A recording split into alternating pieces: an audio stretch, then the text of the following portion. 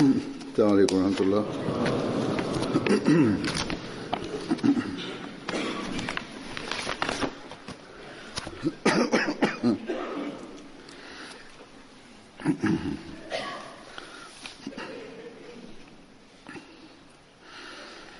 أشهد أن لا إله إلا الله وحده لا شريك له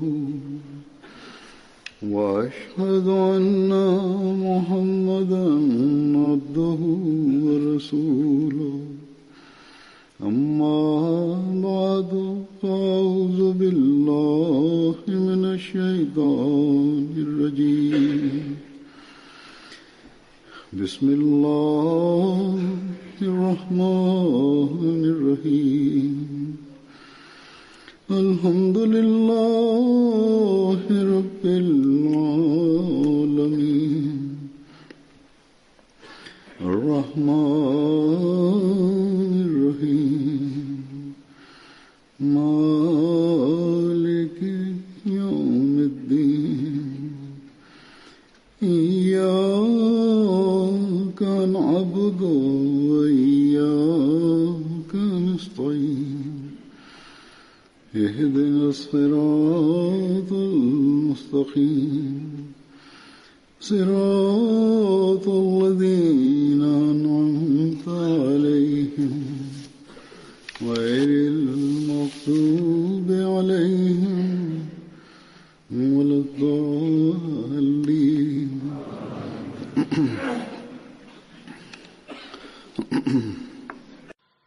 ഹസ്രത്ത് മസീഹ് മൗഊദ് അലൈഹി സ്വലാത്തു വസ്സലാം ഒരവസരത്തിൽ പറയുന്നു,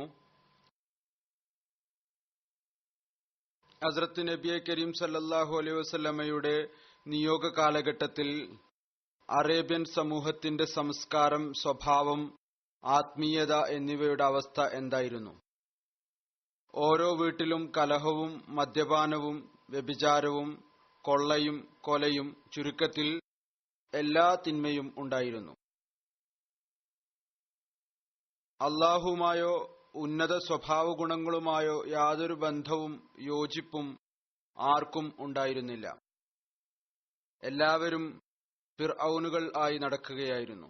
എന്നാൽ റസൂൽ തിരുമേനി സല്ലല്ലാഹു അലൈഹി വസല്ലം വന്നതോടുകൂടി ഇസ്ലാമിൽ പ്രവേശിച്ചപ്പോൾ ആ വിധത്തിലുള്ള ദൈവീക സ്നേഹവും ഐക്യവും അവരിൽ ഉണ്ടായി. എല്ലാവരും അല്ലാഹുവിന്റെ മാർഗത്തിൽ മരിക്കാനായി തയ്യാറായി. അവർ ബൈഅത്തിന്റെ യാഥാർത്ഥ്യത്തെ വെളിപ്പെടുത്തി. തങ്ങളുടെ കർമ്മം കൊണ്ട് അതിന്റെ മാതൃക കാണിച്ചു. അവിടുന്ന് പറയുന്നു, റസൂൽ തിരുമേനി സല്ലല്ലാഹു അലൈഹി വസല്ലമയുടെ സഹാബാക്കൾ ഏതുവിധത്തിലുള്ള ആത്മാർത്ഥതയുടെ മാതൃകയാണ് കാണിച്ചത്, അതിന്റെ ഉദാഹരണം മുമ്പ് ഉണ്ടായിരുന്നില്ല, ഇനി കാണാനും സാധ്യതയുള്ളതായി തോന്നുന്നില്ല. അവിടുന്ന് പറയുന്നു, എന്നാൽ അല്ലാഹു ഉദ്ദേശിക്കുന്നുവെങ്കിൽ ആ വിധത്തിൽ ഇനിയും കാണിക്കാൻ സാധിക്കും. ഈ മാതൃകകൾ കൊണ്ട് മറ്റുള്ളവർക്ക് പ്രയോജനം ഉണ്ട്. അവിടുന്ന് തന്റെ ജമാഅത്തിനെ കുറിച്ച് പറയുന്നു, ഈ ജമാഅത്തിൽ അല്ലാഹു അത്തരത്തിലുള്ള മാതൃകകൾ കാണിക്കാൻ സാധ്യതയുണ്ട്. അവിടുന്ന് പറയുന്നു, അല്ലാഹു സഹാബാക്കളെ പ്രശംസിച്ചുകൊണ്ട് എത്രമാത്രം മനോഹരമായ നിലയിലാണ് പറഞ്ഞത്, മിനൽ മുഅ്മിനീന റിജാലുൻ സദഖൂ മാ അഹദുല്ലാഹി അലൈഹിം ഫമിൻഹും മൻ ഖദാ നഹ്ബഹു വമിൻഹും മൻ യൻതദിർ. വിശ്വാസികളിൽ അത്തരത്തിലുള്ള പുരുഷന്മാരുണ്ട്. അവർ ഈ പ്രതിജ്ഞയെ സത്യമായി കാണിച്ചു. ഏതൊന്നാണോ അവർ അല്ലാഹുവുമായിട്ട് ചെയ്തത്. അങ്ങനെ അവരിൽ ചിലർ തങ്ങളുടെ ജീവൻ നൽകിയിരിക്കുന്നു, ചിലർ ജീവൻ നൽകാൻ തയ്യാറായി നിൽക്കുകയാണ്. സഹാബാക്കളെ പ്രകീർത്തിച്ചുകൊണ്ട് പറയുന്നു, സഹാബാക്കളെ പ്രകീർത്തിച്ചുകൊണ്ട് വിശുദ്ധ ഖുർആനിൽ ആയത്തുകൾ സമാഹരിക്കുകയാണ് എങ്കിൽ ഇതിനേക്കാൾ ഉന്നതമായ മാതൃക വേറെ ഒന്നും തന്നെയില്ല. അതായത് ഈ ആയത്തിനേക്കാൾ വലുതായി ഏതൊന്നാണോ സഹാബാക്കളെക്കുറിച്ച് വിവരിക്കപ്പെട്ടത്, നന്മയുടെ ത്യാഗത്തിന്റെ ഈ മാതൃക നമ്മെ സംബന്ധിച്ചിടത്തോളം ഉന്നതമായ മാതൃകയാണ്. കഴിഞ്ഞ കുറച്ചു കാലമായി ചില ഖുത്ബകളിൽ ഞാൻ സഹാബാക്കളുടെ ജീവിതം വിവരിച്ചുകൊണ്ടിരിക്കുകയാണ്. അതിൽ ബദരി സഹാബാക്കളും ഉണ്ട്, ഏതാനും മറ്റു ചില സഹാബാക്കളും ഉണ്ടായിരുന്നു. എന്നാൽ എനിക്ക് ചിന്ത വന്നു, ആദ്യം കേവലം ബദർ യുദ്ധത്തിൽ പങ്കെടുത്ത സഹാബാക്കളെ കുറിച്ച് പറയാം. ഇവർക്ക് ഒരു പ്രത്യേകമായ സ്ഥാനമുണ്ട്. ഇവർ അല്ലാഹു അവരിൽ തൃപ്തനാവുകയും അല്ലാഹുവിന്റെ പ്രത്യേകമായ തൃപ്തി കരസ്ഥമാക്കുകയും ചെയ്ത ആളുകളാണ്. ഇന്ന് ഹസ്രത്ത് ഹംസ ബിൻ അബ്ദുൽ മുത്തലിബിനെ കുറിച്ച് പറയുന്നതാണ്.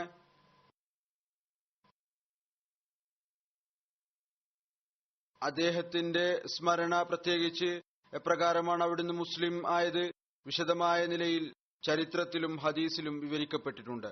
അതുപോലെ തന്നെ അദ്ദേഹത്തിന്റെ ഷഹാദത്തിന്റെ സംഭവം. അങ്ങ് സയ്യിദ് ഷുഹദ എന്ന സ്ഥാനപ്പേരുകൊണ്ട് പ്രസിദ്ധനാണ്. അതുപോലെ തന്നെ അള്ളാഹുവിന്റെ സിംഹം, റസൂലിന്റെ സിംഹം എന്ന സ്ഥാനനാമവും അദ്ദേഹത്തിനുണ്ട്.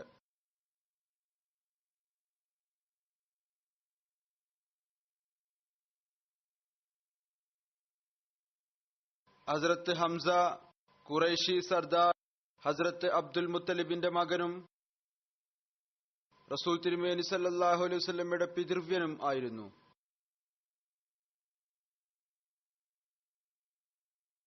ഹസ്രത്ത് ഹംസയുടെ മാതാവിന്റെ പേര് ഹാല എന്നായിരുന്നു. ഇവർ റസൂൽ തിരുമേനി സല്ലല്ലാഹു അലൈഹി വസല്ലമയുടെ മാതാവ് ഹസ്രത്ത് ആമിനയുടെ പിതൃവ്യപുത്രിയായിരുന്നു. ഹസ്രത്ത് ഹംസ റസൂൽ തിരുമേനി സല്ലല്ലാഹു അലൈഹി വസല്ലമയേക്കാൾ 2 വയസ്സിന്, മറ്റൊരു നിവേദനമനുസരിച്ച് 4 വയസ്സിന് മൂത്തതായിരുന്നു.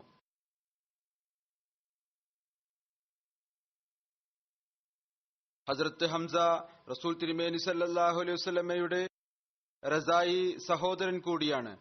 ഒരു ദാസി ഉണ്ടായിരുന്നു, സൗബിയ. ഇവർ 2 പേരെയും പാലൂട്ടിയിരുന്നു. ഹസ്രത്ത് ഹംസക്ക് റസൂലുള്ളാഹി സ്വല്ലല്ലാഹു അലൈഹി വസല്ലമയുടെ നുബുവത്ത് വാത്തിനു ശേഷം നബവി വർഷം 6 ദാറുൽ അർക്കമിന്റെ കാലഘട്ടത്തിൽ ഇസ്ലാം സ്വീകരിക്കുവാനുള്ള തൗഫീക്ക് ലഭിച്ചു. ഹസ്രത്ത് ഹംസയുടെ ഇസ്ലാം സ്വീകരിച്ചതിന്റെ സംഭവം ഹസ്രത്ത് മുസ്ലിം മൗദ് ചരിത്ര സംഭവങ്ങളുടെ വെളിച്ചത്തിൽ തന്റെ ശൈലിയിൽ വിവരിച്ചിട്ടുണ്ട്. അത് കേട്ട് അതിന്റെ ചുരുക്കവും അല്പം വിശദീകരണവും ഞാൻ കേൾപ്പിക്കുന്നതാണ്. മനുഷ്യൻ ചിന്തിക്കുമ്പോൾ ഏതുവിധത്തിലാണ് ഹസ്രത്ത് ഹംസ ഇസ്ലാം സ്വീകരിച്ചത്, അതിന് എന്താണ് കാരണമായി തീർന്നത്, എപ്രകാരമാണ് അദ്ദേഹത്തിൽ റസൂൽ തിരുമേനി സല്ലല്ലാഹു അലൈഹി വസല്ലമയെ കുറിച്ച് ആത്മരോഷം ഉണ്ടായത്, അബൂജഹൽ റസൂൽ തിരുമേനി സല്ലല്ലാഹു അലൈഹി വസല്ലമയുടെ മേൽ അക്രമം കാണിച്ചപ്പോൾ. ഏതായിരുന്നാലും ആ സംഭവം ഇപ്രകാരമാണ്.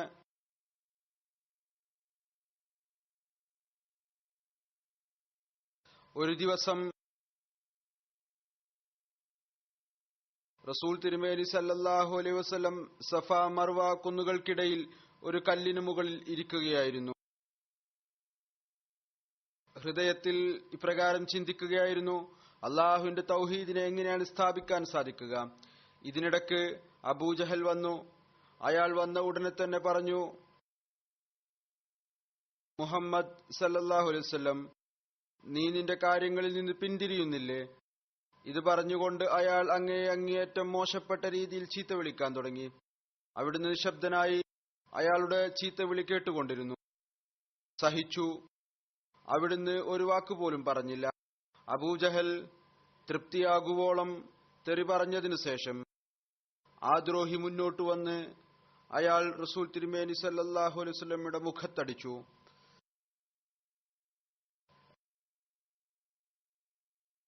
എന്നാൽ റസൂൽ തിരുമേനി സല്ലല്ലാഹു അലൈഹി വസല്ലം എന്നിട്ടും അയാളോടൊന്നും പറഞ്ഞില്ല.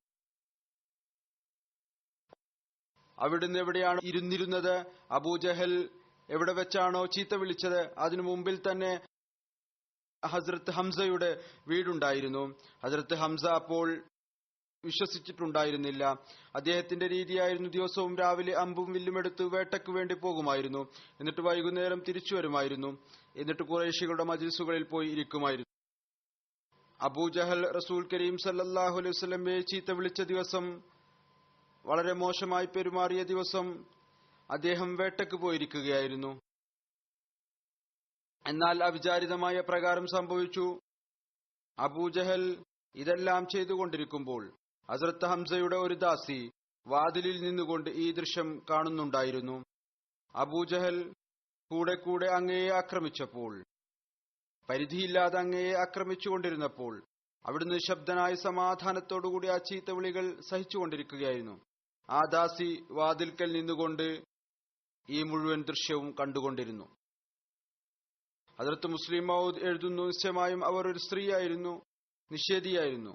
എന്നാൽ പുരാതന കാലഘട്ടത്തിൽ മക്കയിലെ ആളുകൾ തങ്ങളുടെ അടിമകളോട് അക്രമം കാണിച്ചിരുന്നു. അവിടെ ഇങ്ങനെയും നടക്കാറുണ്ടായിരുന്നു. ചില നല്ല ആളുകൾ തങ്ങളുടെ അടിമകളോട് നല്ല രീതിയിൽ പെരുമാറുകയും ചെയ്യുമായിരുന്നു. പിന്നീട് ദീർഘകാലത്തിനു ശേഷം ആ അടിമ ആ കുടുംബത്തിലെ ഒരു അംഗമായി ഗണിക്കപ്പെട്ടിരുന്നു. അതുപോലെയായിരുന്നു ഹസ്രത്ത് ഹംസയുടെയും ആ ദാസി. അവൾ ഈ എല്ലാ ദൃശ്യവും കണ്ടപ്പോൾ തന്റെ കണ്ണുകൊണ്ട് എല്ലാം കാണുകയും കാതുകൊണ്ട് എല്ലാം കേൾക്കുകയും ചെയ്തു. അത് വലിയ സ്വാധീനമുണ്ടാക്കി. എന്നാൽ ഒന്നും ചെയ്യാൻ സാധിക്കുമായിരുന്നില്ല. നോക്കിക്കൊണ്ടിരുന്നു, കേട്ടുകൊണ്ടിരുന്നു. ഉള്ളിന്റെ ഉള്ളിൽ അസ്വസ്ഥതയായി പ്രയാസപ്പെട്ടു, ജ്വലിച്ചു. റസൂൽ കരീം സല്ലല്ലാഹു അലൈഹി വസല്ലം അവിടെ നിന്ന് എഴുന്നേറ്റ് പോയപ്പോൾ അവളും തന്റെ ജോലിയിൽ മുഴുകി. വൈകുന്നേരം ഹസ്രത്ത് ഹംസ തന്റെ വേട്ട കഴിഞ്ഞ് തിരിച്ചു വന്നപ്പോൾ തന്റെ വാഹനത്തിൽ നിന്ന് ഇറങ്ങി അമ്പും വില്ലും തന്റെ കയ്യിൽ എടുത്ത് തന്റെ ധൈര്യത്തിന്റെ ഒരു ദൃശ്യം പ്രകടിപ്പിച്ചുകൊണ്ട് വീട്ടിൽ പ്രവേശിച്ചു. ആ ദാസി അപ്പോൾ എഴുന്നേറ്റു. അവൾ പറഞ്ഞു,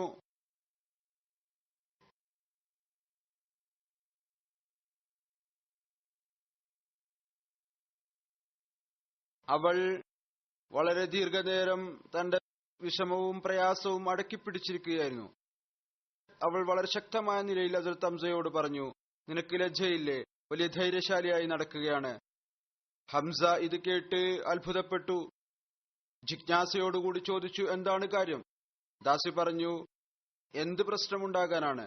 നിന്റെ സഹോദരപുത്രൻ മുഹമ്മദ് സല്ലല്ലാഹു അലൈഹി വസല്ലം ഇവിടെ ഇരിക്കുന്നുണ്ടായിരുന്നു. അബൂജഹൽ വന്നു. അയാൾ മുഹമ്മദ് സല്ലല്ലാഹു അലൈഹി വസല്ലമയെ ആക്രമിച്ചു. അങ്ങേയറ്റം ചീത്ത പറയാൻ തുടങ്ങി.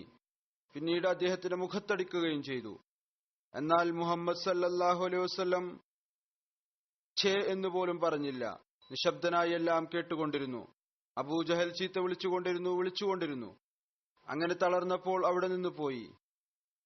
എന്നാൽ ഞാൻ കണ്ടു മുഹമ്മദ് സല്ലല്ലാഹു അലൈഹി വസല്ലം അയാൾക്ക് ഒന്നും തന്നെ മറുപടി നൽകിയില്ല. നീ വളരെ ധൈര്യശാലിയായി നടക്കുകയാണ്. നെഞ്ചുവിരിച്ച് വേട്ട കഴിഞ്ഞ് തിരിച്ചു വന്നിരിക്കുകയാണ്. നിനക്ക് ലജ്ജയില്ലേ? നീ ഉണ്ടായിരിക്കെ നിന്റെ സഹോദരപുത്രനോട് ഈ വിധത്തിൽ പെരുമാറുന്നു. ഹസ്രത്ത് ഹംസ അതുവരെ മുസ്ലിം ആയിട്ടുണ്ടായിരുന്നില്ല. അതിനുള്ള കാരണം ഖുറൈശി സർദാർമാരിൽ ആയിരുന്നു അദ്ദേഹം എണ്ണപ്പെട്ടിരുന്നത്.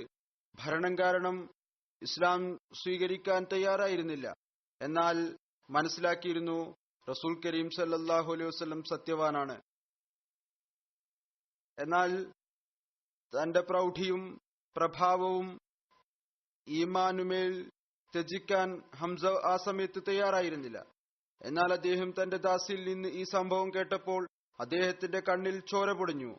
അദ്ദേഹത്തിന്റെ കുടുംബപരമായ ആത്മാഭിമാനം ആവേശത്തിലായി. അങ്ങനെ അദ്ദേഹം അതുപോലെ തന്നെ വിശ്രമിക്കാതെ കോപത്തോടുകൂടി കഅബയിലേക്ക് തിരിച്ചു. ആദ്യം അദ്ദേഹം കഅബക്ക് തവാഫ് ചെയ്തു. പിന്നീട് അബൂജഹൽ ഇരിക്കുന്ന സദസ്സിലേക്ക് ചെന്നു.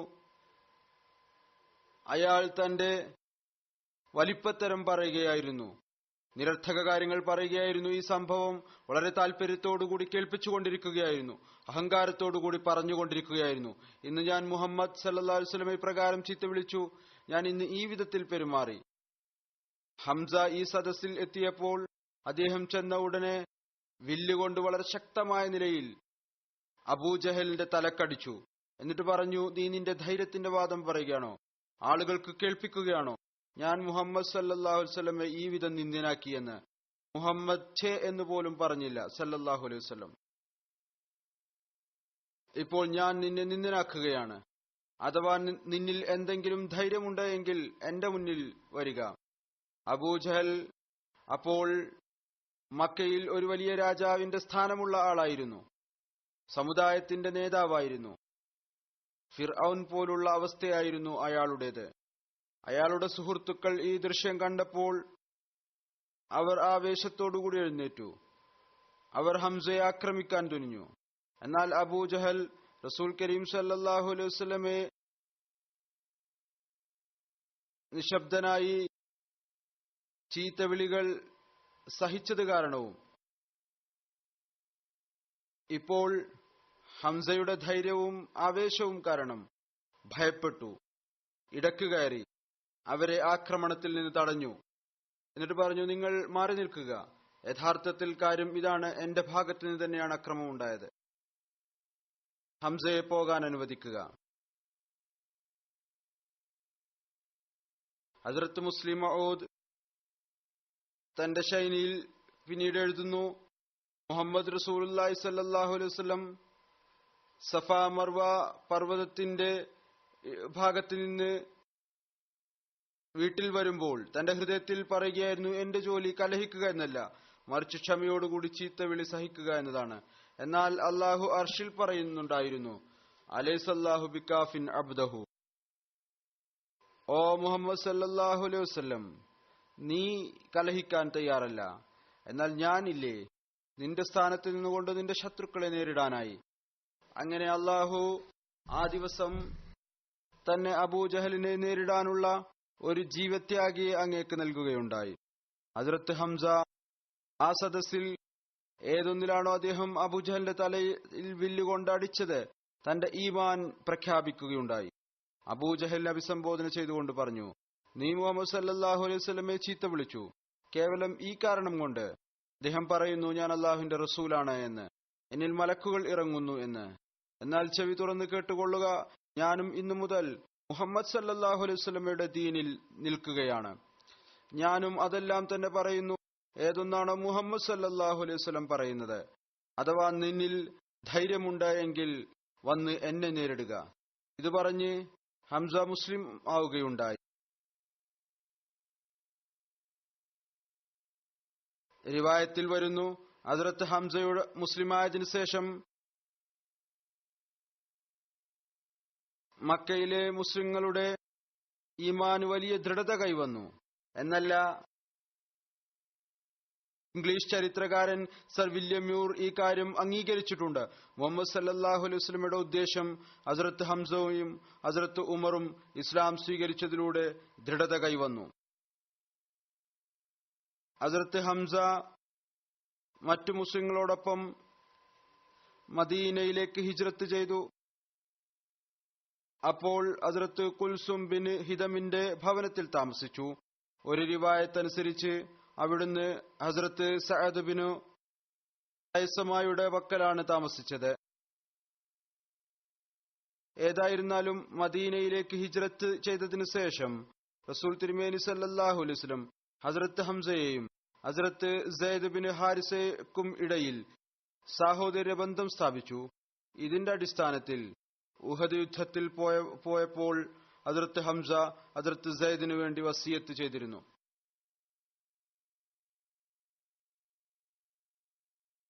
മദീനയിലേക്ക് ഹിജ്റത്ത് ചെയ്തതിനു ശേഷം നിഷേധികളുടെ കുഴപ്പമുണ്ടാക്കൽ അവസാനിച്ചില്ല. അവരുടെ കുത്തിത്തിരിപ്പ്, മുസ്ലിങ്ങളെ പ്രയാസപ്പെടുത്തൽ അവസാനിച്ചില്ല. അതുകൊണ്ട് മുസ്ലിങ്ങൾക്ക് വളരെയധികം സൂക്ഷിക്കേണ്ടതായി വന്നിരുന്നു. നിഷേധികളുടെ പ്രവർത്തനങ്ങളെ വീക്ഷിച്ചുകൊണ്ടിരിക്കേണ്ടതായി വന്നിരുന്നു. റിവായത്തിൽ വരുന്നു, ഖുറൈശികളുടെ പ്രവർത്തനങ്ങളെയും കുഴപ്പമുണ്ടാക്കലും അറിയുന്നതിനു വേണ്ടി നബി കരീം സല്ലല്ലാഹു അലൈഹി വസല്ലം നബി സല്ലല്ലാഹു അലൈഹി വസല്ലമയ്ക്ക് സംഘങ്ങളെ അയക്കേണ്ടതായി വന്നു. അതിൽ ഹസ്രത്ത് ഹംസക്ക് അസാധാരണമായ സേവനം ചെയ്യാൻ തൗഫീക്ക് ലഭിച്ചു.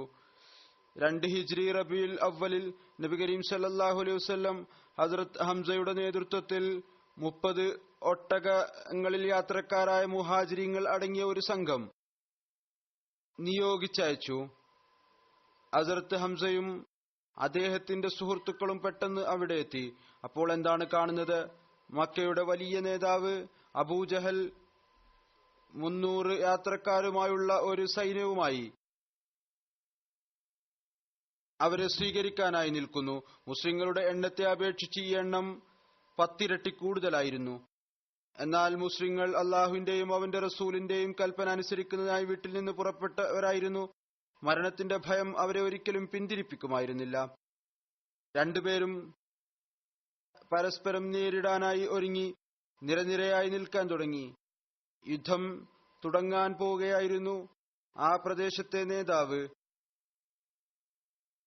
മജ്ദി ബിൻ അംർ അൽ ജൗനി, അദ്ദേഹത്തിന് 2 വിഭാഗങ്ങളുമായി ബന്ധം ഉണ്ടായിരുന്നു. ഇടയിൽ വന്നുകൊണ്ട് രഞ്ജിപ്പുണ്ടാക്കി അങ്ങനെ യുദ്ധം ഉണ്ടായിക്കൊണ്ടിരുന്ന യുദ്ധം ഇല്ലാതാക്കി.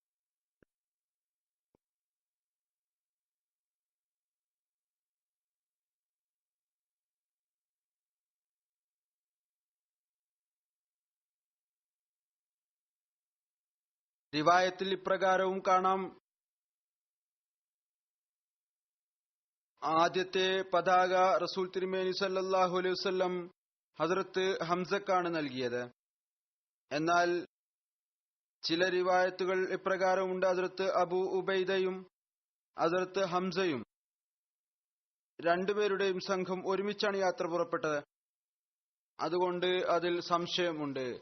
ഏതായിരുന്നാലും ഹിജ്രി 2 ബനൂ ഖൈനുഖ യുദ്ധത്തിൽ റസൂൽ തിരുമേനി സല്ലല്ലാഹു അലൈഹി വസല്ലമയുടെ പതാക ഹസ്രത്ത് ഹംസയാണ് പിടിച്ചിരുന്നത്. റസൂൽ തിരുമേനി സല്ലല്ലാഹു അലൈഹി വസല്ലമയുടെ നിർദ്ദേശം അനുസരിച്ച് തന്റെ സ്വന്തം കാര്യം, തന്റെ ആത്മാഭിമാനം നിലനിർത്തുന്നതാണ് നല്ലത്.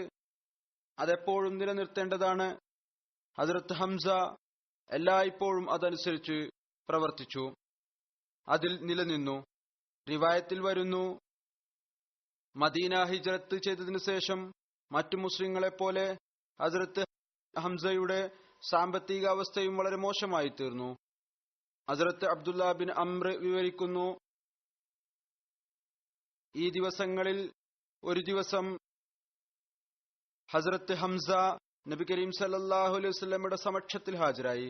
എന്നിട്ട് പറഞ്ഞു, എനിക്കെന്തെങ്കിലും സേവനം ഏൽപ്പിച്ചു തരിക, അങ്ങനെ ജീവിത നിത്യവൃത്തിക്കായി എന്തെങ്കിലും മാർഗം ഉണ്ടാകുന്നതിനു വേണ്ടി. അപ്പോൾ അദ്ദേഹത്തോട് റസൂൽ കരീം സല്ലല്ലാഹു അലൈഹി വസല്ലം പറഞ്ഞു, ഓ ഹംസ, തന്റെ സ്വാഭിമാനം നിലനിർത്തുകയും ജീവിപ്പിക്കുകയും ചെയ്യുന്നതാണോ കൂടുതൽ ഇഷ്ടപ്പെടുന്നത്, അതോ അതിനെ ഇല്ലായ്മ ചെയ്യുന്നതാണോ? ഹദ്റത്ത് ഹംസ പറഞ്ഞു, ഞാൻ അത് ജീവനുള്ളതാക്കി വെക്കുന്നതാണ് ഇഷ്ടപ്പെടുന്നത്. റസൂൽ കരീം സല്ലല്ലാഹു അലൈഹി വസല്ലം പറഞ്ഞു, എങ്കിൽ നിന്റെ സ്വാഭിമാനം സംരക്ഷിക്കുക. നബി കരീം സല്ലല്ലാഹു അലൈഹി വസല്ലം അങ്ങയോട് ദുആയിൽ ശക്തി ചെലുത്താനും ആഹ്വാനം ചെയ്തു. ചില പ്രത്യേക ദുആകൾ പഠിപ്പിച്ചു കൊടുക്കുകയും ചെയ്തു. ഹദ്റത്ത് ഹംസ നിവേദനം ചെയ്യുന്നു, റസൂൽ കരീം സല്ലല്ലാഹു അലൈഹി വസല്ലം പറയുമായിരുന്നു, ഈ ദുആയെ മുറുകെ പിടിക്കുക. അല്ലാഹുമ്മ ഇന്നി അസ്അലുക ബിഇസ്മിക്കൽ അഅസം വറിദ്വാനിക്കൽ അക്ബർ. അല്ലാഹുവേ, ഞാൻ നിന്നോട് നിന്റെ മഹത്തായ നാമത്തിന്റെയും നിന്റെ വലിയ തൃപ്തിയെയും മുന്നിൽ നിർത്തിക്കൊണ്ട് നിന്നോട് ചോദിക്കുന്നു. പിന്നീട് അവിടുന്ന് എപ്പോഴും ഇതിന്റെ ഫലവും അനുഭവിച്ചു.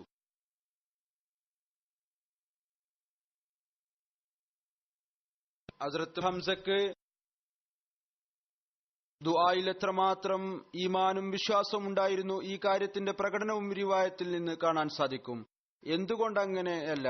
കാരണം ഈ ദുആയുടെ അനുഗ്രഹം കൊണ്ട് പ്രത്യക്ഷത്തിൽ ഈ നിരാലംബനും ആശ്രയമില്ലാത്തവനുമായ മുഹാജിറിന് അല്ലാഹു വീടും മറ്റെല്ലാ ആവശ്യങ്ങളും നൽകുകയുണ്ടായി.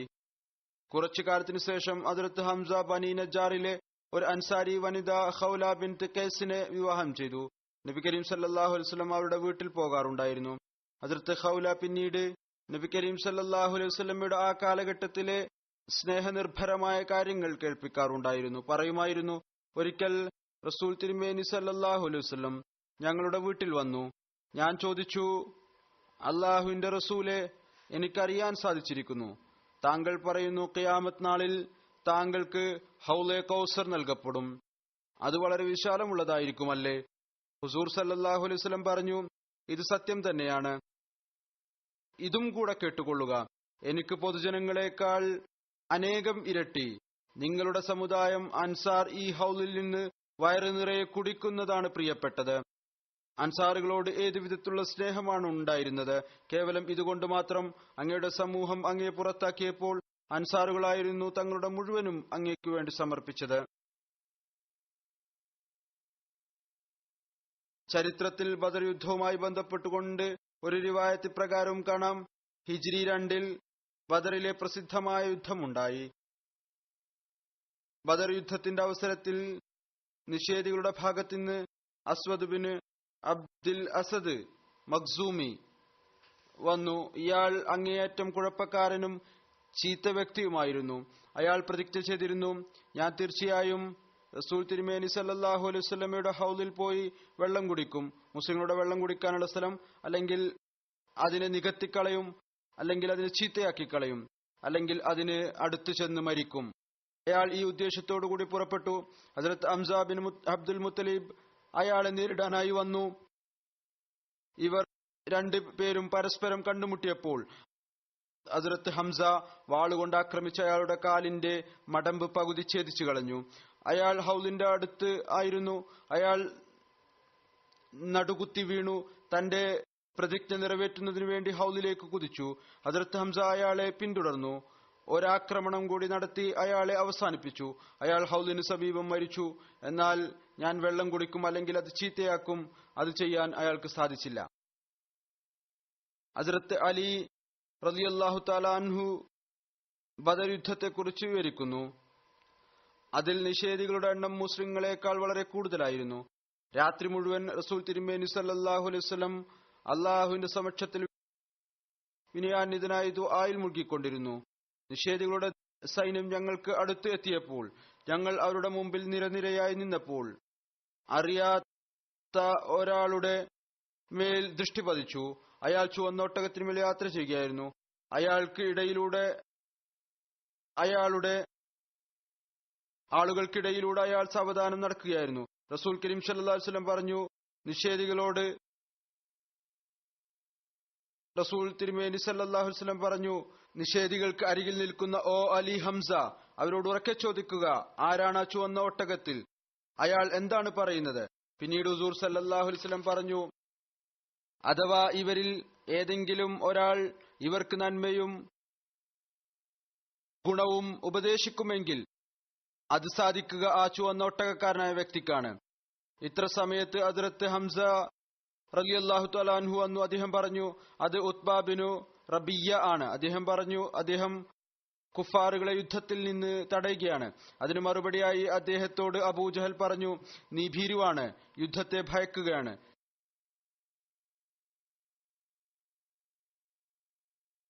ഉത്ബ ആവേശം കൊണ്ട് പറഞ്ഞു, ഇന്ന് കാണാം ആരാണ് ഭീരു എന്ന്. ഹദ്റത്ത് അലി വിവരിക്കുന്നു, ഉത്ബയും റബിയയും അയാൾക്ക് പിന്നിൽ അയാളുടെ മകനും സഹോദരനും വന്നു. എന്നിട്ട് പറഞ്ഞു, ആരാണ് തങ്ങളുടെ നേരിടാനായി തയ്യാറുള്ളത്? അപ്പോൾ അൻസാരികളിൽ പല യുവാക്കളും അതിന് മറുപടി നൽകി. ഉത്ബ ചോദിച്ചു, നിങ്ങൾ ആരാണ്? അവർ പറഞ്ഞു, ഞങ്ങൾ അൻസാരികളിൽപ്പെട്ടവരാണ്. ഉത്ബ പറഞ്ഞു, ഞങ്ങൾക്ക് നിങ്ങളുമായി യാതൊരു ഇടപാടുമില്ല. ഞങ്ങൾ കേവലം ഞങ്ങളുടെ പിതൃവ്യന്റെ മക്കളുമായി യുദ്ധം ചെയ്യാനാണ് ഉദ്ദേശിക്കുന്നത്. അപ്പോൾ നബി കരീം സല്ലല്ലാഹു അലൈഹി വസല്ലം പറഞ്ഞു, ഓ ഹംസ എഴുന്നേറ്റു നിൽക്കൂ, ഓ അലി എഴുന്നേറ്റു നിൽക്കൂ, ഓ ഉബൈദ് ബിൻ ഹാരിസ് മുന്നോട്ട് കുതിക്കൂ. ഹംസ ഉത്ബയുടെ നേരെ കുതിച്ചു. ഹദ്റത്ത് അലി പറയുന്നു, ഞാൻ ഷേബയുടെ അടുത്തേക്ക് കുതിച്ചു. ഉബൈദയും വലീദും തമ്മിൽ ഏറ്റുമുട്ടി. രണ്ടുപേരും പരസ്പരം കഠിനമായ നിലയിൽ മുറിവേൽപ്പിച്ചു. പിന്നീട് ഞങ്ങൾ വലീദിലേക്ക് ശ്രദ്ധ തിരിച്ചു. അയാളെ വധിച്ചു കളഞ്ഞു. ഞങ്ങൾ യുദ്ധഭൂമിയിൽ നിന്ന് ഉബൈദയെ എടുത്തുകൊണ്ടുവരികയും ചെയ്തു. ഹംസയും ഹദ്റത്ത് അലിയും തങ്ങളുടെ എതിരാളികളെ വധിച്ചു കളഞ്ഞിരുന്നു. നബി കരീം സല്ലല്ലാഹു അലൈഹി വസല്ലം പറഞ്ഞു, ഓ ഹംസ എഴുന്നേൽക്കൂ, ഓ അലി എഴുന്നേറ്റ് നിൽക്കൂ, ഓ ഉബൈദ ബിൻ ഹാരിസ് മുന്നോട്ട് കുതിക്കൂ. ആ സമയത്ത് 3 പേർ നിന്നപ്പോൾ ഇതിനെക്കുറിച്ച് ഉത്ബ പറഞ്ഞു, നിങ്ങൾ കുറച്ച് സംസാരിക്കുക, നിങ്ങൾ ആരാണെന്ന് ഞങ്ങൾ അറിയട്ടെ. അപ്പോൾ ഉത്ബ അതിന് മറുപടിയായി, കാരണം അവർ മുഖം മൂടി ധരിച്ചിരുന്നു. ആ സമയത്ത് ഹംസ പറഞ്ഞു, ഞാൻ ഹംസയാണ്, അള്ളാഹുവിന്റെയും റസൂലിന്റെയും സിംഹമാണ്. അപ്പോൾ ഉത്ബ പറഞ്ഞു, നല്ല എതിരാളിയാണ്. ഹദ്റത്ത് ഹംസയുടെ ധൈര്യത്തിന്റെ അവസ്ഥ ഇതായിരുന്നു. ബദർ യുദ്ധത്തിൽ നിഷേധികൾക്ക് ഭയമുണ്ടാക്കുന്നതിന് വേണ്ടി അവിടുന്ന് ഒരൊട്ടക പക്ഷിയുടെ ചിറക് യുദ്ധത്തിന്റെ അടയാളമായി വെച്ചിരുന്നു. ഹദ്റത്ത് അബ്ദുറഹ്മാൻ ബിൻ ഔഫ് വിവരിക്കുന്നു, നിവേദനം ചെയ്യുന്നു, ഉമയ്യ ബിൻ ഖൽഫ് ഖുറൈശികളുടെ നേതാക്കളിൽപ്പെട്ട ആളായിരുന്നു. ഹദ്റത്ത് ബിലാലിനെ പ്രയാസപ്പെടുത്തുന്ന ആളായിരുന്നു. ബദർ യുദ്ധത്തിൽ അൻസാരികളുടെ കൈകൾ കൊണ്ട് വധിക്കപ്പെട്ടു. അയാൾ എന്നോട് ചോദിച്ചു, ഈ നെഞ്ചിൽ ഒട്ടകപ്പക്ഷിയുടെ ചിറകുള്ള വ്യക്തി ആരാണ്? ഞാൻ പറഞ്ഞു, അത് Hamza bin Abdul മുത്തലിബാണ്.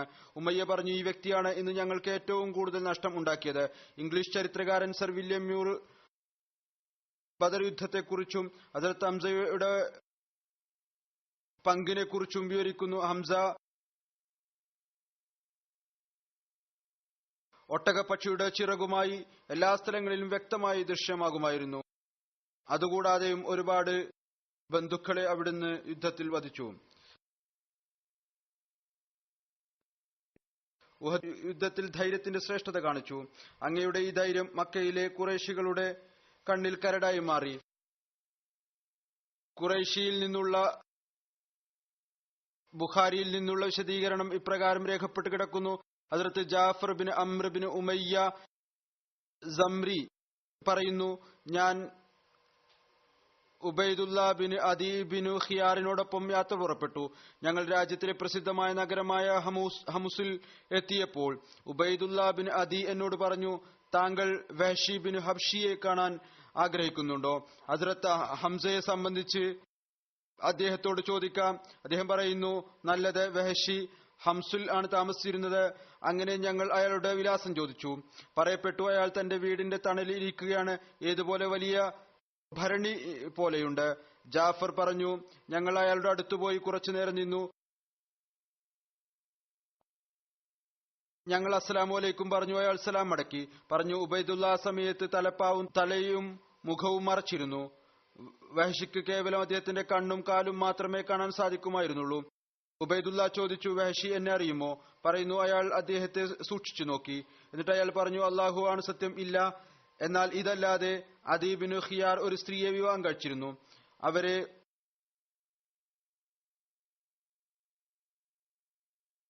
Umm കിത്താൽ bin അവലീസ് എന്നാണ് പറഞ്ഞിരുന്നത്. മക്കയിൽ അദിക്ക് ഒരു കുട്ടി അവളിൽ നിന്ന് ജനിച്ചു. ഞാൻ ആ കുട്ടിക്ക് പാൽ കുടിപ്പിക്കാറുണ്ടായിരുന്നു. കുട്ടിയെ എടുത്ത് അതിന്റെ മാതാവിനോടൊപ്പം കൊണ്ടുപോകുമായിരുന്നു. എന്നിട്ട് ആ കുട്ടിയെ അതിന്റെ മാതാവിന് നൽകുമായിരുന്നു. ഞാൻ നിന്റെ കാലുകൾ കണ്ടിരിക്കുന്നു, അതിൽ നിന്ന് എനിക്കറിയാൻ സാധിക്കുന്നു ഇത് ആ കുട്ടി തന്നെയാണ്. അപ്പോൾ ഉബൈദുല്ല തന്റെ മുഖം തുറന്നു. അയാൾ കാലുകൊണ്ട് തന്നെ അദ്ദേഹത്തെ തിരിച്ചറിഞ്ഞു. പിന്നീട് അദ്ദേഹം പറഞ്ഞു, ഹദ്റത്ത് ഹംസയുടെ വധിച്ച സംഭവം കേൾപ്പിക്കുക. അയാൾ പറഞ്ഞു, ഹദ്റത്ത് Hamza തൊയ്മ bin Adi bin ഖിയാറിനെ Badr യുദ്ധത്തിൽ വധിച്ചിരുന്നു. എന്റെ യജമാനൻ ജുബൈർ ബിൻ മുഅത്തം എന്നോട് പറഞ്ഞു, അഥവാ നീ എന്റെ പിതൃവ്യന് പകരമായി ഹംസയെ വധിച്ചാൽ നീ സ്വതന്ത്രനാണ്.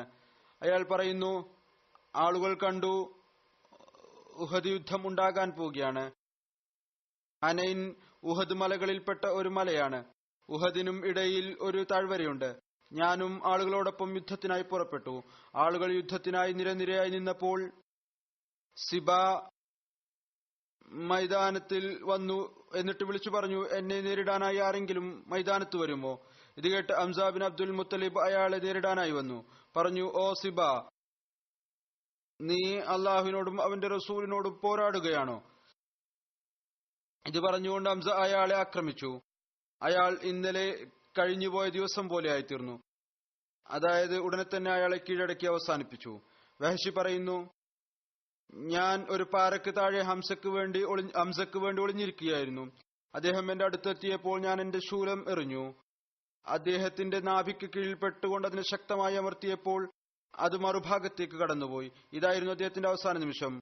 ആളുകൾ മടങ്ങി വന്നപ്പോൾ ഞാനും അവരോടൊപ്പം മടങ്ങി മക്കയിൽ ജീവിച്ചു. ഏതുവരെ എന്നാൽ അവിടെ ഇസ്ലാം വ്യാപിച്ചു. ഞാൻ അവിടെ നിന്ന് ത്വായിഫിലേക്ക് പോയി. ആളുകൾ റസൂൽ തിരുമേനി സല്ലല്ലാഹു അലൈഹി വസല്ലമയിലേക്ക് സന്ദേശവാഹകൻ അയച്ചു. എന്നോട് പറഞ്ഞു അദ്ദേഹം തന്റെ സന്ദേശവാഹകരെ പ്രയാസപ്പെടുത്തുകയില്ല. ഞാനും അവരോടൊപ്പം പോയി. റസൂൽ തിരുമേനി സല്ലല്ലാഹു അലൈഹി വസല്ലമയുടെ അടുത്തെത്തിയപ്പോൾ അവിടുന്ന് എന്നെ കണ്ടുകൊണ്ട് ചോദിച്ചു, നീയാണോ വഹ്ശി? അവിടുന്ന് ചോദിച്ചു, ഞാൻ പറഞ്ഞു അതെ. അവിടുന്ന് ചോദിച്ചു, നീയാണോ ഹംസയെ വധിച്ചത്? ഞാൻ പറഞ്ഞു, താങ്കൾ എത്തിയ കാര്യം ശരിയാണ്. അവിടുന്ന് പറഞ്ഞു, നിനക്ക് സാധിക്കുമെങ്കിൽ എന്റെ മുന്നിൽ വരരുത്. പറഞ്ഞു. ഇത് കേട്ട് ഞാൻ അവിടെ നിന്ന് പുറപ്പെട്ടു. റസൂൽ കരീം സല്ലല്ലാഹു അലൈഹി വസല്ലം വഫാത്തായപ്പോൾ മുസൈലിമ കസ്സാബ് കലാപം ഉണ്ടാക്കിയപ്പോൾ ഞാൻ പറഞ്ഞു, ഞാൻ മുസൈലിമയുടെ അടുത്ത് തീർച്ചയായും പോകും. ഒരുപക്ഷെ ഞാൻ അയാളെ വധിക്കും. അങ്ങനെ ഹസ്രത്ത് ഹംസയെ വധിച്ച പാപത്തിന് പരിഹാരമായാലോ? പറയുന്നു, ഞാനും ആളുകളോടൊപ്പം യുദ്ധത്തിന് പുറപ്പെട്ടു. പിന്നീട് യുദ്ധം ഉണ്ടായതുപോലെ ഉണ്ടായി. ഞാൻ കണ്ടു, ഒരാൾ ചുമരിന്റെ ഒരു വിടവിൽ നിൽക്കുന്നു. ഏതുപോലെ തോന്നുമായിരുന്നു. ഗോതമ്പ് നിറമുള്ള ഒരൊട്ടകമാണ്. തലമുടി ചിന്നിച്ചിതറി കിടക്കുന്നുണ്ട്. പറയുന്നു, ഞാൻ അയാളുടെ നേരെ എന്റെ ശൂലം എറിഞ്ഞു. അയാളുടെ നെഞ്ചിൽ വെച്ച് ശക്തമായി അമർത്തി. അത് രണ്ട് ചുമലിന്റെ ഇടയിലൂടെ കടന്നുപോയി. അതിനുശേഷം ഒരു അൻസാരി തല അറുത്തുകളയുകയും ചെയ്തു. ഇതായിരുന്നു അയാളുടെ പര്യവസാനം. ഹസ്രത്ത് ഹംസ നബി സല്ലല്ലാഹു അലൈഹി വസല്ലം ഹിജ്റത്തിന് ശേഷം 32-ാം മാസം ഉഹദ് യുദ്ധത്തിൽ ഷഹീദായി. അപ്പോൾ അങ്ങയുടെ പ്രായം 59 വയസ്സായിരുന്നു. റിവായത്ത് പ്രകാരമാണ് അബൂ സുഫിയാന്റെ ഭാര്യ ഹിന്ദ് ഉഹദ് യുദ്ധത്തിൽ സൈന്യത്തോടൊപ്പം വന്നു. അവൾ തന്റെ പിതാവിന്റെ പ്രതികാരം ചെയ്യുന്നതിനു വേണ്ടി അയാൾ ബദറിൽ ഹദ്റത്ത് ഹംസയുമായി ഏറ്റുമുട്ടി വധിക്കപ്പെട്ടിരുന്നു. ഇപ്രകാരം പ്രതിജ്ഞ ചെയ്തിരുന്നു, എനിക്ക് അവസരം ലഭിച്ചാൽ ഞാൻ ഹംസയുടെ കരൾ ചവക്കും. ഈ അവസ്ഥ ഉണ്ടായപ്പോൾ ഹദ്റത്ത് ഹംസയ്ക്ക് മേൽ പ്രയാസം ഉണ്ടായപ്പോൾ മുശ്രിക്കുകൾ വധിക്കപ്പെട്ടവരുടെ മുസ്ല ചെയ്തു. അവരുടെ രൂപം വികൃതമാക്കി ചെവി, മൂക്ക് മുതലായ അവയവങ്ങൾ ഛേദിച്ചു. അവർ ഹംസയുടെ കരളിന്റെ ഒരു കഷ്ണം കൊണ്ടുവന്നു. ഹിന്ദ് അതെടുത്ത് ചവക്കാൻ തുടങ്ങി. കഴിക്കാൻ ശ്രമിച്ചു. എന്നാൽ അത് വിഴുങ്ങാൻ സാധിച്ചില്ല. അത് പുറത്തേക്കെറിഞ്ഞു. ഈ സംഭവം റസൂൽ തിരുമേനി സല്ലല്ലാഹു അലൈഹി വസല്ലമക്ക് അറിയാൻ കഴിഞ്ഞു. റസൂൽ തിരുമേനി സല്ലല്ലാഹു അലൈഹി വസല്ലം പറഞ്ഞു, അല്ലാഹു എന്നേക്കുമായി ഹംസയുടെ മേൽ അഗ്നി ഹറാമാക്കപ്പെട്ടിരിക്കുന്നു. ഹംസയുടെ മാർഗ അല്പം പോലും റസൂൽ തിരുമേനി സല്ലല്ലാഹു അലൈഹി വസല്ലം ഹംസയുടെ ശവശരീരത്തിനടുത്ത് വന്ന് ഏതൊരു വികാരമാണ് പ്രകടിപ്പിച്ചത്? അങ്ങയുടെ ഉന്നത സ്ഥാനത്തെക്കുറിച്ച് നൽകിയ സന്തോഷവാർത്ത, അതിനെക്കുറിച്ചുള്ള നിവേദനമുണ്ട്. റസൂൽ കരീം സല്ലല്ലാഹു അലൈഹി വസല്ലമയുടെ ഹംസയുടെ ശവശരീരം കണ്ടപ്പോൾ അദ്ദേഹത്തിന്റെ കരൾ പുറത്തെടുത്ത് ചവച്ചിരുന്നു. ഇബ്നു ഹിഷാം ചരിത്രത്തിൽ എഴുതിയിരിക്കുന്നു. റസൂൽ തിരുമേനി സല്ലല്ലാഹു അലൈഹി വസല്ലം ഈ അവസരത്തിൽ ഹദ്റത്ത് ഹംസയുടെ ശവശരീരത്തിന്റെ അടുത്ത് വന്നു നിന്നുകൊണ്ട് പറഞ്ഞു, ഹോ ഹംസ, നിന്റെ പ്രയാസം പോലുള്ള ഒരു പ്രയാസം എനിക്ക് ഒരിക്കലും ഇതിനു മുമ്പ് ഉണ്ടായിട്ടില്ല. ഇതിനേക്കാൾ ദുഃഖിപ്പിക്കുന്ന ദൃശ്യം ഞാൻ ഇതിനു മുമ്പ് ഒരിക്കലും കണ്ടിട്ടില്ല. പിന്നീട് അവിടുന്ന് പറഞ്ഞു, ജിബ്രീൽ വന്ന് എനിക്ക് സുവാർത്ത നൽകി. ഹംസ ബിൻ അബ്ദുൽ മുത്തലിബിനെ 7-ാം ആകാശത്ത് അള്ളാഹുവിന്റെയും അവന്റെ റസൂലിന്റെയും സിംഹം എന്നെഴുതിയിരിക്കുന്നു. ഹസ്രത്ത് സുബൈർ റളിയല്ലാഹു തആല അൻഹുവിൽ നിന്ന് നിവേദനം, ഉഹദ് യുദ്ധത്തിൽ ഒരു സ്ത്രീ വളരെ വേഗത്തിൽ വരുന്നതായി കാണാൻ സാധിച്ചു.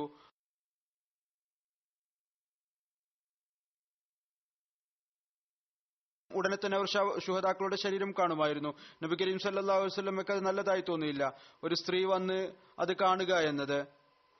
കാരണം ശവശരീരങ്ങളുടെ അവസ്ഥ വളരെ മോശമായ അവസ്ഥയിലായിരുന്നു.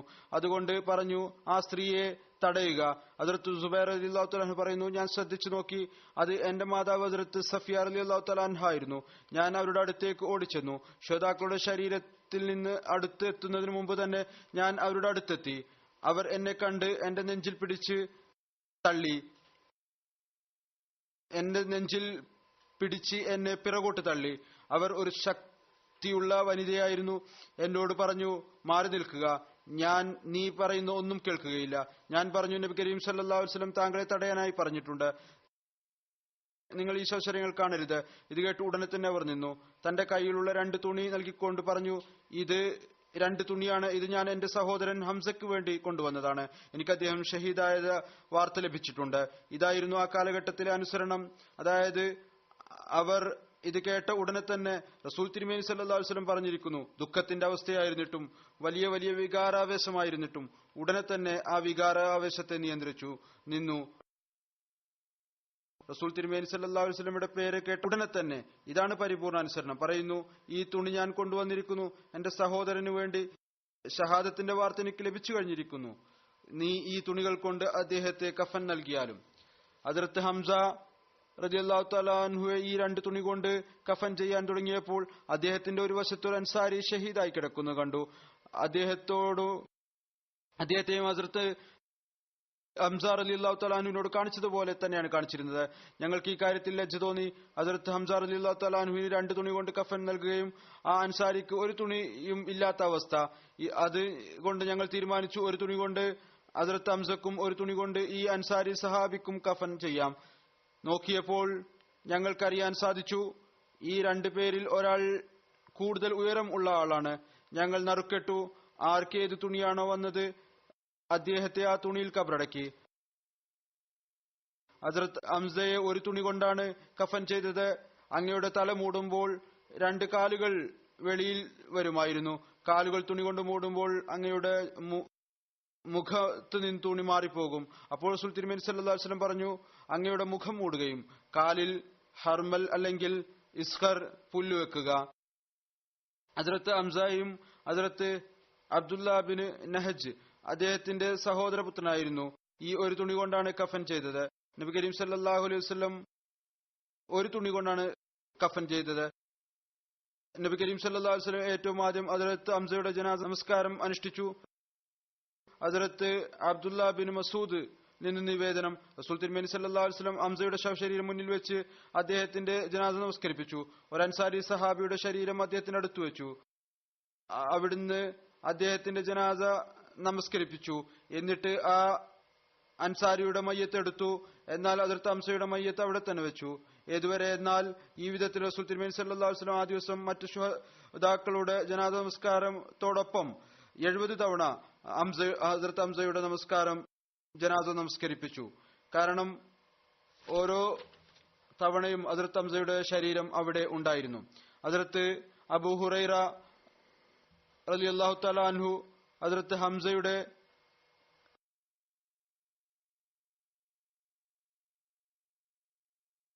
ബന്ധുക്കളുമായുള്ള സത്പെരുമാറ്റത്തെക്കുറിച്ച് നിവേദനം ചെയ്യുന്നു. ഹദ്റത്ത് ഹംസ തന്റെ ബന്ധുക്കളോട് നല്ല പെരുമാറ്റത്തിലും എല്ലാ നല്ല പ്രവർത്തനങ്ങളിലും എപ്പോഴും മുൻപന്തിയിലായിരുന്നു. ഷഹാദത്തിനു ശേഷം റസൂലുള്ളാഹി സ്വല്ലല്ലാഹു അലൈഹി വസല്ലം ഹംസയുടെ ശരീരത്തെ അഭിസംബോധന ചെയ്തുകൊണ്ട് പറഞ്ഞു, അല്ലാഹുവിന്റെ കാരുണ്യം താങ്കളിൽ ഉണ്ടാകട്ടെ. താങ്കൾ അങ്ങനെയായിരുന്നു. ആ വിധത്തിൽ കുടുംബബന്ധം ഊട്ടിയുറപ്പിക്കുന്ന നന്മ പ്രവർത്തിക്കുന്ന ആൾ മറ്റാരെങ്കിലും ഉണ്ടാകുമെന്നറിയില്ല. ഇന്നേക്ക് ശേഷം താങ്കൾക്കൊരു ദുഃഖവും ഇല്ല. റസൂൽ തിരുമേനി സല്ലല്ലാഹു അലൈഹി വസല്ലം പിതൃവ്യൻ മുസ്ലിങ്ങളുടെ ധൈര്യശാലിയായ നേതാവ് ഹദ്റത്ത് ഹംസയുടെ ഖബറടക്കം ഏതൊരു നിസ്സാരമായ അവസ്ഥയിലാണോ ഉണ്ടായത്, സഹാബാക്കൾ വളരെ ദുഃഖത്തോടുകൂടി അതിനെക്കുറിച്ച് പറയുമായിരുന്നു. പിന്നീട് സമൃദ്ധിയുടെ കാലഘട്ടത്തിൽ ഹദ്റത്ത് ഖുബ്ബാബ് ആ പ്രയാസത്തിന്റെ കാലം ഓർത്തുകൊണ്ട് പറയുമായിരുന്നു, ഹദ്റത്ത് ഹംസയുടെ കഫന് ഒരു പുതപ്പാണ് ഉണ്ടായിരുന്നത്. അതും പൂർത്തിയായ നിലയിൽ ഉണ്ടായിരുന്നില്ല. മുഖം മറച്ചുകൊണ്ട് കാലിൽ പുല്ലുവെക്കുകയാണ് ചെയ്തത്. അതുപോലെ തന്നെ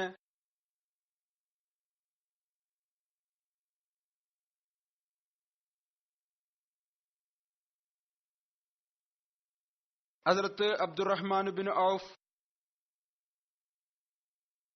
റളിയല്ലാഹു തആല അൻഹുവിൽ നിന്ന് ഈ നിവേദനമുണ്ട്. ഒരു ദിവസം അദ്ദേഹം നോമ്പെടുത്തിരിക്കുകയായിരുന്നു. നോമ്പ് തുറക്കുന്ന സമയത്ത് വിഭവസമൃദ്ധമായ ഭക്ഷണം അദ്ദേഹത്തിന് നൽകി. അത് കണ്ട് അദ്ദേഹത്തിന് പ്രയാസത്തിന്റെ കാലം ഓർമ്മ വന്നു. പറഞ്ഞു, ഹംസ ഷഹീദായി. അദ്ദേഹം എന്നേക്കാൾ വളരെ നല്ല നിലയിലുള്ള ആളായിരുന്നു. അദ്ദേഹത്തിന് കഫൻ ചെയ്യാൻ തുണി പോലും ഉണ്ടായിരുന്നില്ല. പിന്നീട് ഞങ്ങൾക്ക് ലോകത്തിൽ സമൃദ്ധി ഉണ്ടായി. ഞങ്ങൾക്ക് ലോകത്തിൽ നിന്ന് ലഭിച്ചത് ലഭിച്ചു.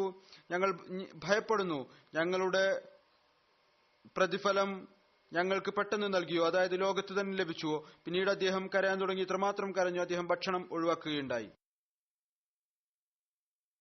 ഇവരായിരുന്നു അവർ. അല്ലാഹു അവരിൽ തൃപ്തനായി, അവർ അള്ളാഹുൽ തൃപ്തരായി. സമൃദ്ധിയുടെ കാലഘട്ടത്തിൽ അവർ തങ്ങളുടെ സഹോദരങ്ങളെ കുറിച്ച് ഓർക്കുമായിരുന്നു. തങ്ങളുടെ കഴിഞ്ഞുപോയ അവസ്ഥയെ മുന്നിൽ വെക്കുമായിരുന്നു. അള്ളാഹു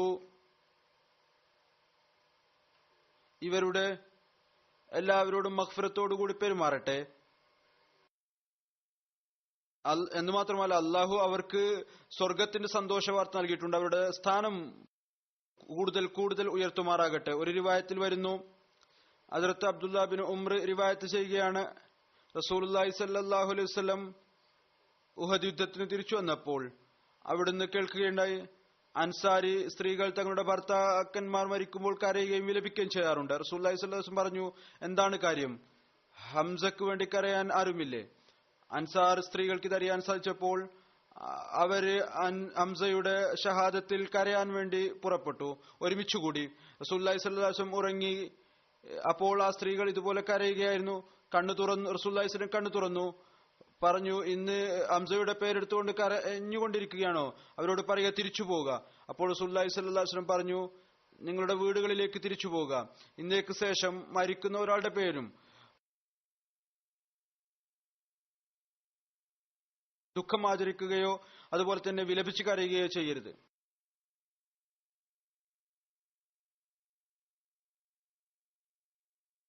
ഈ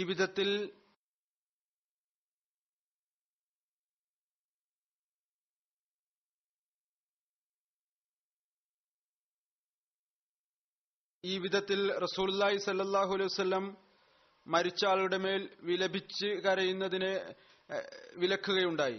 ഒരു വിധത്തിലും നോഹയും അല്ല വിലാപിച്ചുകൊണ്ട് ഉള്ള കരയിലും വിലക്കുകയുണ്ടായി. വളരെ ഹിക്മത്തോടുകൂടി റസൂലുള്ളാഹി സ്വല്ലല്ലാഹു അലൈഹി വസല്ലം സ്ത്രീകളുടെ ആ വികാരത്തെ മാനിക്കുകയുണ്ടായി. അവരുടെ ഭർത്താക്കന്മാരുടെ സഹോദരന്മാരുടെ ദുഃഖത്തിൽ തടയുന്നതിന് പകരം ആദ്യം ഹംസയിലേക്ക് അവരുടെ ശ്രദ്ധ തിരിക്കുകയുണ്ടായി. വലിയ സാമൂഹികമായ ദുഃഖത്തിലേക്ക് തിരിക്കുകയുണ്ടായി. അതിന്റെ ഏറ്റവും വലിയ ദുഃഖം റസൂലുള്ളാഹി സ്വല്ലല്ലാഹു അലൈഹി വസല്ലമക്കായിരുന്നു. പിന്നീട് ഹംസയുടെ മേൽ കരയാനും വിലപിക്കുന്നതിനെയും വിലക്കുകയുണ്ടായി. എന്നിട്ട് തന്റെ മാതൃക കാണിക്കുകയും ക്ഷമക്ക് സഹനത്തിന് ഉപദേശിക്കുകയും ചെയ്തു. അത് നല്ല സ്വാധീനം ഉണ്ടാക്കുന്നതായിരുന്നു. ഇതുവരെ റസൂലുള്ളാഹി സ്വല്ലല്ലാഹു അലൈഹി വസല്ലം എമ്മക്ക് ഹദ്റത്ത് ഹംസയുടെ ആ വേർപാട് എത്രമാത്രം വ്യസനകരമായിരുന്നു. അവസാന കാലം വരെ അത് നിലക്കുകയുണ്ടായി. ഹദ്റത്ത് കഅബ് ബിൻ മാലിക് തന്റെ അനുശോചന കവിതയിൽ പറയുകയുണ്ടായി, ഹംസയുടെ മരണത്തിൽ കരയാൻ തീർച്ചയായും അത് അവകാശമുള്ളതാണ്. എന്നാൽ അള്ളാഹുവിന്റെ സിംഹത്തിന്റെ മരണത്തിൽ കരഞ്ഞതുകൊണ്ട് എന്ത് ലഭിക്കാനാണ്? അള്ളാഹുവിന്റെ സിംഹമായിരുന്നു ഷഹീദായി. ലോകം പറയുകയുണ്ടായി, ഷഹീദായത് ഈ ധൈര്യശാലിയായ യുവാവ് തന്നെയാണ്. അള്ളാഹു ഈ സഹാബാക്കളുടെ സ്ഥാനം കൂടുതൽ ഉയർത്തുമാറാകട്ടെ. ഇവർ സ്ഥാപിച്ച ത്യാഗത്തിന്റെ നിലവാരം അത് ലോകം നിലനിൽക്കുന്നുവോളം മുസ്ലിങ്ങൾ ഓർക്കട്ടെ. അവര് നന്മയുടെ മാതൃക നമുക്ക് കാണിച്ചു തന്നിരിക്കുന്ന, പ്രവർത്തിച്ചു കാണിച്ചു തന്ന നന്മയുടെ മാതൃക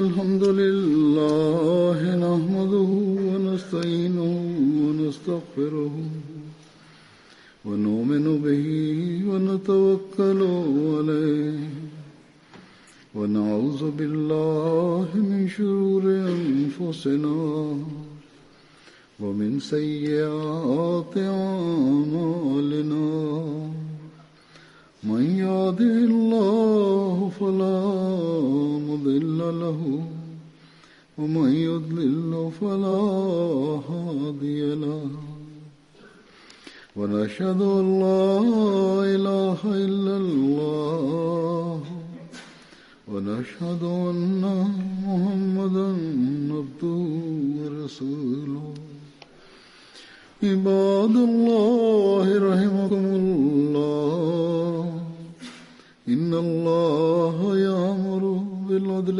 والإحسان وإيتاء ذي القربى وينهى عن الفحشاء والمنكر والبغي يعظكم لعلكم تذكرون اذكروا الله يذكركم وادعوه يستجب لكم ولذكر الله أكبر